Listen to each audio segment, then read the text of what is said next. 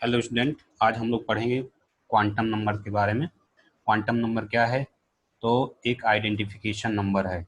ये क्या है? आइडेंटिफिकेशन आइडेंटिफिकेशन नंबर है। ठीक है। जिस प्रकार से आपके घर पहुंचने के लिए मुझे किस चीज़ की ज़रूरत पड़ेगी? एड्रेस की ज़रूरत पड़ेगी। हमको क्या पता होना चाहिए? पहले कंट्री पता होना चाहिए, उसके बाद क्या पता होना चाहिए? स्टेट पता होना चाहिए, उसके बाद क्या पता होना चाहिए? डिस्ट्रिक्ट पता होना चाहिए, उसके बाद क्या पता होना चाहिए हमको? विलेज पता होना चाहिए सर, हम लोगों को विलेज। ठीक है। तो इतना पता होना चाहिए, तब जाके हम जो है कहीं जो है आपके घर पहुंच पाएंगे, आप या आपसे मिल पाएंगे। ठीक है। उसी तरह से एटम के अंदर इलेक्ट्रॉन कहाँ कहाँ है, किस लोकेशन पर है, उसको जानने के लिए हमको क्वांटम नंबर की जरूरत पड़ती है, जिसको हम लोग बोलते हैं आइडेंटिफिकेशन नंबर। ठीक है। जो आइडेंटिफाई करता है कि इलेक्ट्रॉन कहाँ है, किस जगह है, एटम में कहाँ है। ठीक है। तो ये जो आइडेंटिफिकेशन नंबर होता है या क्वांटम नंबर होता है, चार प्रकार के होते हैं। ठीक है।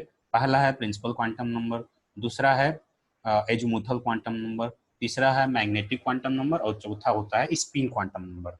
ठीक है। तो पहला है प्रिंसिपल क्वांटम नंबर। आज उसी के बारे में हम लोग पढ़ेंगे। प्रिंसिपल क्वांटम नंबर क्या है? प्रिंसिपल क्वांटम नंबर हिंदी में इसको बोलते हैं मुख्य क्वांटम संख्या। मुख्य क्वांटम संख्या मतलब मुख्य का मतलब क्या? मुख्य है, मेन है। ठीक है। यही मेन है, यहीं से स्टार्ट होगा। ठीक है। यहीं से स्टार्ट होगा। मतलब इस तरह से है, जैसे पहले जो है हम लोग कंट्री पता होना चाहिए, उसी तरह से यहाँ पर क्या कंट्री की तरह प्रिंसिपल क्वांटम नंबर है। ठीक है। जब कंट्री पता होगा तब ना स्टेट पता करेंगे, उसके बाद डिस्ट्रिक्ट, उसके बाद विलेज। ठीक है। तो उसी तरह से ये प्रिंसिपल क्वांटम नंबर है। इसको जो है प्रिंसिपल क्वांटम नंबर को बोहर ने दिया था। किसने दिया था सर्वप्रथम? बोहर ने दिया था।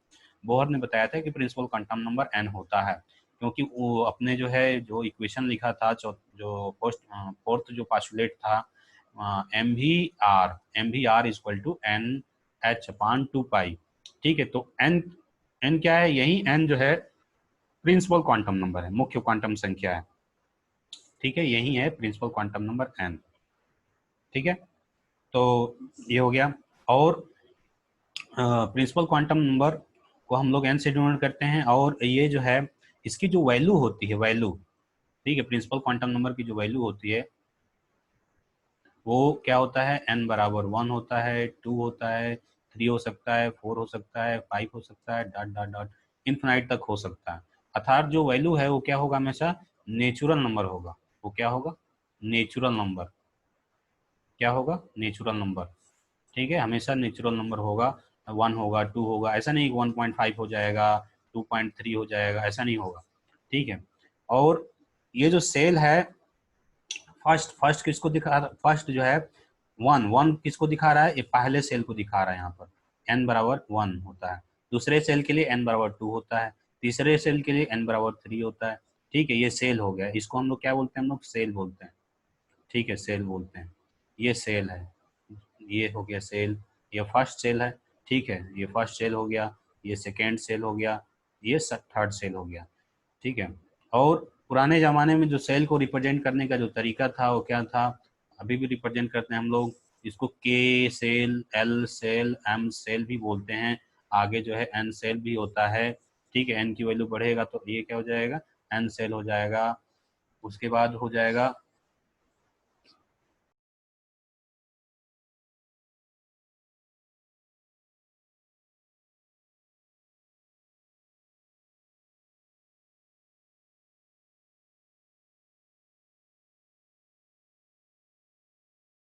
म्यूट हो गया, सॉरी।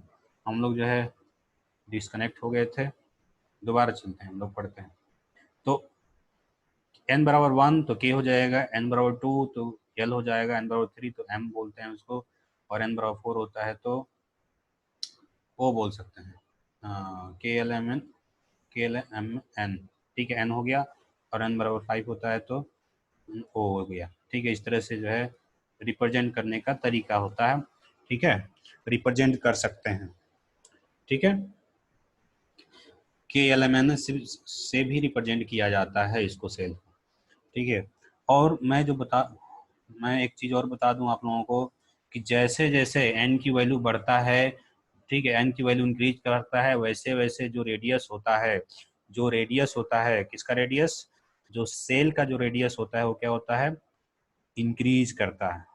ठीक है, सेल का जो रेडियस होता है वो क्या होता है, इंक्रीज करता है। जो रेडियस होता है वो भी क्या होता है, इंक्रीज करता है। ठीक है, जो n बढ़ेगा तो r भी क्या होता है, बढ़ता है। क्यों, क्योंकि r मतलब रेडियस और सेल मतलब नंबर ऑफ सेल, जो प्रिंसिपल क्वांटम नंबर होता है उसमें जो रिलेशन होता है वो क्या होता है, r इज इक्वल टू होता है n square upon Z into 0.529 angstrom होता है। ठीक है, एंगस्ट्राम ये होता है। ठीक है, ये जहाँ n क्या है, n है प्रिंसिपल क्वांटम नंबर, और z क्या है, ये है atomic number. Atomic number, z क्या है, एटॉमिक नंबर है, r क्या है, रेडियस है। ठीक है, रेडियस है। तो ये हो गया प्रिंसिपल क्वांटम नंबर। और मैं आप लोगों को बता दूं कि यहाँ पर अगर इस इक्वेशन के हिसाब से देखें तो हम यही पाएंगे कि जैसे जैसे n की वैल्यू इंक्रीज करेगा तो r की वैल्यू क्या होगा, इंक्रीज करेगा। था R1, उसके बाद छोटा होता है, उसके R2 बड़ा होता है, R2 से R3 बड़ा होता है, R3 से R4 बड़ा होता है, इस तरह से आप लिख सकते हैं। ठीक है, उसके बाद जैसे जैसे n की वैल्यू अगर इंक्रीज करता है, जैसे जैसे n की वैल्यू इंक्रीज करता है वैसे वैसे जो है एनर्जी भी क्या होता है, एनर्जी इंक्रीज करता है। जो सेल की एनर्जी होती है वो क्या होती है, इंक्रीज करती है। जैसे जैसे n की वैल्यू बढ़ता है, ठीक है, वैसे वैसे जो एनर्जी होता है उसकी वैल्यू इंक्रीज करती है। क्यों, क्योंकि n और e में जो रिलेशन होता है वो होता है E is equal to minus Z square upon N square into 21.69 into 10 power -19 joule per atom होता है। ठीक है, ये होता है, ये होता है। ठीक है, तो इस तरह से जो है अगर n की वैल्यू बढ़ेगा, n की वैल्यू बढ़ेगा, इंक्रीज करेगा, तो एनर्जी क्या होगा, यहाँ इंक्रीज करता है। ठीक है, एनर्जी क्या होता है, इंक्रीज करता है, सेल की एनर्जी इंक्रीज करता है। अब पूछेंगे क्यों इंक्रीज करता है। देखिए n क्या है यहाँ पर, n नीचे नीचे है, ठीक है, n क्या है, नीचे है, तो इनवर्सली प्रोपोर्शनल है। तो यहाँ तो क्या होना चाहिए, n अगर बढ़ रहा है तो e क्या होना चाहिए, घटना चाहिए। ठीक है, लेकिन यहाँ माइनस साइन क्या है, माइनस में है, तो जितना ये मतलब घटेगा समझिए उतना ये बढ़ेगा। ठीक है, माइनस में साइन है ना, साइन किस कैसे है, माइनस में है, तो इसलिए ये n मतलब n n इंक्रीज कराएंगे तो यहाँ क्या होगा, वैल्यू कम होगा। जैसे जैसे कम होगा ई की वैल्यू क्या होगा, इंक्रीज करेगा, क्योंकि माइनस में है, साइन क्या है, माइनस। ठीक है, साइन यहाँ जो चिन्ह है माइनस है। तो ये हो गया। अर्थात अगर हम इसको E1 लेते हैं, इसको E2 लेते हैं, इसको E3 लेते हैं, तो यहाँ पर क्या हो जाएगा, यहाँ पर हो जाएगा E1 is less than E2 is less than E3 होगा। ठीक है, इसी तरह से होगा, मतलब E3 बड़ा होगा, उसके बाद E2 होगा, उसके बाद E1 होगा। इसके पास एनर्जी ज़्यादा होगा, उसके बाद इसके पास होगा, उसके पास इसके पास होगा। हाँ, E1 के पास माइनस में ज़्यादा एनर्जी होगा। ठीक है, माइनस में जो एनर्जी होगा E1 के पास ज़्यादा होगा।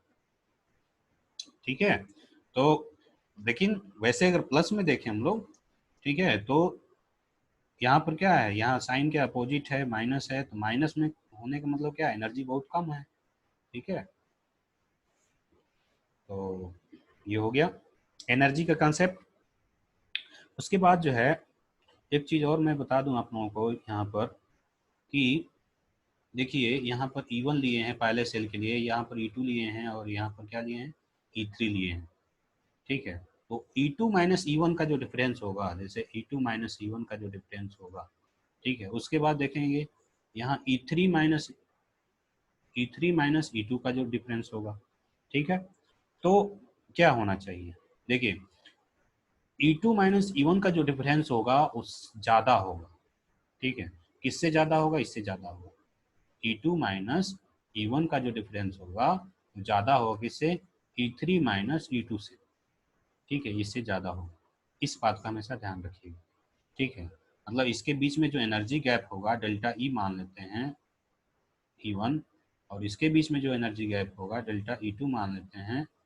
तो यहाँ पर डेल्टा E1 क्या होगा, ज़्यादा होगा डेल्टा E2 से।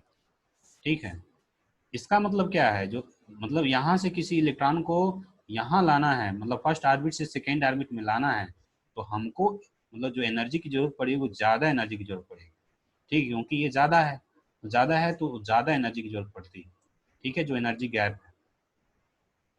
और E2 माइनस, अगर किसी इलेक्ट्रॉन को सेकेंड सेल से थर्ड सेल में लाना है तो थोड़ा कम एनर्जी की जरूरत पड़ेगी इसके रिस्पेक्ट में सेकेंड वाले से। ठीक है, तो ये हो गया। ठीक है, तो ये हो गया एनर्जी का कंसेप्ट। हाँ, प्रिंसिपल क्वांटम जो नंबर है, प्रिंसिपल क्वांटम नंबर, उससे हम लोग, इससे हम लोग मोमेंटम भी फाइंड कर सकते हैं।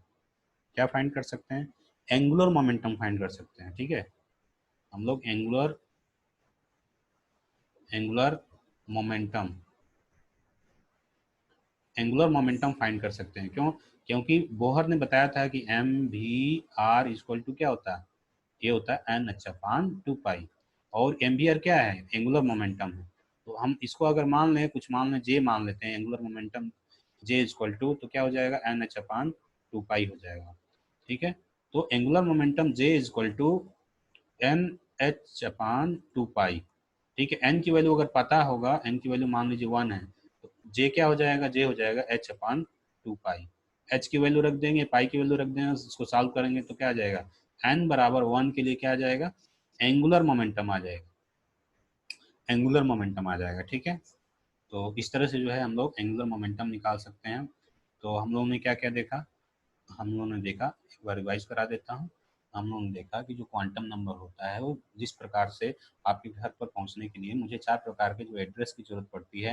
पहले कंट्री पता होना चाहिए, स्टेट पता होना चाहिए, डिस्ट्रिक्ट पता होना चाहिए, उसके बाद मकान नंबर पता होना चाहिए, गांव पता होना चाहिए। ठीक है, तो उसी तरह से इसमें भी जो है क्या होता है, मतलब एटम के अंदर जो इलेक्ट्रॉन है उसको आइडेंटिफाई करने के लिए हमको नंबर की जरूरत पड़ती है, जिसको हम लोग क्या बोलते हैं, क्वांटम नंबर बोलते हैं। क्या बोलते हैं, क्वांटम नंबर बोलते हैं। और ये जो क्वांटम नंबर होता है 4 प्रकार के होते हैं। पहला है प्रिंसिपल क्वांटम नंबर, दूसरा है एजीमुथल क्वांटम नंबर, तीसरा है मैग्नेटिक क्वांटम नंबर, और चौथा है स्पिन क्वांटम नंबर। ठीक है, ये 4 प्रकार का क्वांटम नंबर होता है। तो पहला बता रहे थे कि प्रिंसिपल क्वांटम नंबर होता है, जो इसको हम लोग हिंदी में बोलते हैं मुख्य क्वांटम संख्या। इसको एन से रिप्रेजेंट करते हैं। इसको बोहर ने दिया था, किसने दिया था, बोहर ने दिया था। और इसकी जो वैल्यू होती है 1 से स्टार्ट होकर कहाँ तक जाता है, इन्फिनाइट तक जाता है। ठीक है, और n बराबर 1 होता है तो उसको k, n बराबर 2 होता है तो l, n बराबर 3 होता है तो उसको m, और n बराबर 4 होता है तो उसको n के से भी रिप्रेजेंट किया जाता है। ठीक है, ऐसे भी रिप्रेजेंट कर सकते हैं। और बताए थे कि r जैसे मतलब n जैसे जैसे बढ़ता है तो रेडियस क्या होता है, रेडियस भी बढ़ता है। ठीक है, इस चीज़ को हमेशा याद रखिएगा। जैसे जैसे एन की वैल्यू बढ़ता है वैसे वैसे एनर्जी भी क्या होता है, बढ़ता है। ठीक है, क्यों, जैसे यहाँ ये रेडियस के लिए क्या रिलेशन बताए थे, रेडियस के लिए आर इक्वल टू क्या होता है, N square upon Z into 0.529 angstrom होता है, 9 एंगस्ट्रॉम। ठीक है, और एनर्जी एनर्जी और एन में क्या रिलेशन होता है, तो ई इक्वल टू होता है Z square upon N square, Z square upon N square into 21.69 into 10⁻⁻19 joule per atom होता है। ठीक है, ये एनर्जी का रिलेशन हो गया। ठीक है, यहाँ से यहाँ ध्यान रखिएगा कि एन की वैल्यू इंक्रीज करेगा तो ये इंक्रीज करेगा तो एनर्जी क्या होगा, इंक्रीज करेगा। क्यों इंक्रीज करेगा, क्योंकि माइनस में है, तो जैसे ही इसकी वैल्यू कम होगी उतना ही वो ज़्यादा होगा प्लस में अगर आप देखें तो। ठीक है, इस तरह से, मतलब इस तरह से हम लाइन्स नंबर लाइन पर रिप्रेजेंट कर रहे हैं। देखिए 0 है, ये 1 है, ये 2 है, ये -1 है, -2 है। ठीक है, तो माइनस में कोई वैल्यू जितना कम होगा उतना हम किधर जाएंगे, प्लस की तरफ जाएंगे, मतलब एनर्जी क्या होगा, ज़्यादा होगा, एनर्जी इंक्रीज करेगा। ठीक है, और चीज़ बताए थे कि इससे हम लोग एंगुलर मोमेंटम फाइंड कर सकते हैं, क्योंकि एम भी आर इक्वल टू क्या होता है, एन एच अपान 2 पाई। ये एंगुलर मोमेंटम है तो इसको एंगुलर मोमेंटम को ये जे equal to N H upon 2 पाई से हम लोग फाइंड कर सकते हैं। एन की वैल्यू रखो, एन की वैल्यू 1 रखोगे तो एच अपान क्या हो जाएगा, 2 पाई होगा। एन की वैल्यू 2 रखोगे तो ये क्या हो जाएगा, एंगुलर मोमेंटम 2h/2 पाई होगा। ठीक है, इस तरह से हम एंगुलर मोमेंटम निकाल सकते हैं। ठीक है, तो ये हो गया प्रिंसिपल क्वांटम नंबर। आज के लिए बस इतना ही, अगले वीडियो में हम लोग मिलेंगे। ठीक है, नए टॉपिक के साथ। आज के लिए इतना ही।